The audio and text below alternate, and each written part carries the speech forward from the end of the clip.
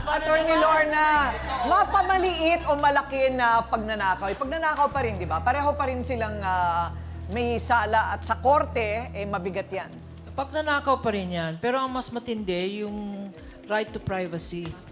Sa Constitution natin, meron tayong security in our person and our property. So, mas mabigat yun, kaysa sa pagnanakaw ng briefs, no? Ang mahalaga rin, parang qualified ka, Totoy, na maging solo parent. Kasi, ang solo parent, hindi lang nanay, no? Tatay din. Yung solo parent, Attorney Lorna, iba pa yun sa 4-piece. Iba pa yan sa 4-piece. O biro mo, libreng pera lahat yun. Kasi sa solo parent, meron siyang dalawa, no? Dalawang may 10-year-old, may 12-year-old, no?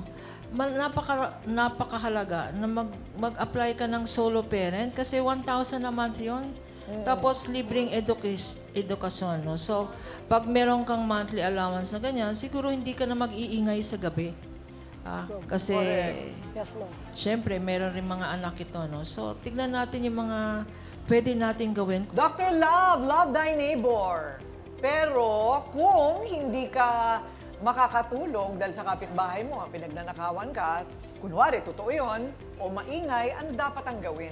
When we say love, Ate Kuring, it applies to all. Pangit, maganda, masamang ugali, kailangan mahalin natin, unawain din natin. Pero hindi natin po pwedeng isisi sa kahirapan yung ating ugali. Pagtutuunan ko lang ng pansin si Totoy, parang nawawala yung sense of responsibility natin.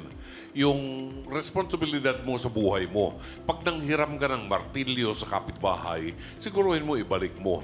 Ngayon, kung gusto mong palagi kang may martilyo sa bahay mo, pag-ipunan mo, bumili ka. Hindi po pwedeng palagi tayong manghihiram sa kapitbahay, no? Yung bagay na, may mga bagay na kinakailangang i-limit natin sa sarili natin.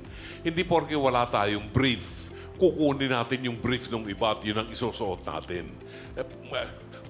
Huwag ka nang mag-brief kaysa magsuot ka ng mag-brief ng iba, di ba? Or, paggawan mo ng paraan para makabili ka, no? Sense of responsibility sa community. Trabaho mo yung nagpupukpuk ka, pero i-consider mo rin yung ibang kapitbahay mo na kinakailangan at that particular time, nagpapahinga na sila. Ikaw man, pwede ka nang magpahinga. So, makiramdam din tayo sa pangangailangan ng ibang tao.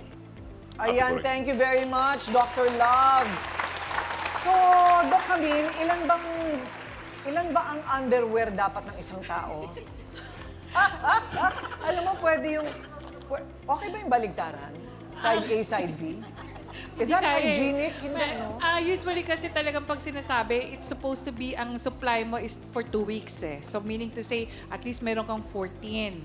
Pero sa ganitong pagkakataon, siguro naman, kahit na sabihin nyo na 3 or 4 lang ang piraso, kung marunong kayong maglaba at madali naman din na kasi yun pa rin yung hygienic na na sabihin na natin na pamamaraan. Pero alam niyo kasi sa underwears may mga study kasi na kailangan every 6 months po talaga nagpapalit because of the bacteria kahit na sabihin yung nasabunan yon. Correct. Anyway, isa lang. Ate Corinne, yung tinatawag nating tunneling effect. Ang tunneling effect kasi, ito yung nagpo-focus ka lang dun sa immediate needs mo, Totoy. Yung kagustuhan mo na, meron naman akong mahihiraman. Meron naman ganito. May mapupulot akong ganito. Pag hindi mo naiisip kung ano yung long-term na kinakailangan, magpag-aaralin ko ito, ganyan-ganyan, hindi ka makakaahon sa hirap. Dahil kasi ang iniisip mo lang, yung madaling paraan. Hindi mo naiisip yung magkaroon ng tamang ambisyon at the same time na goal na dapat na gawin.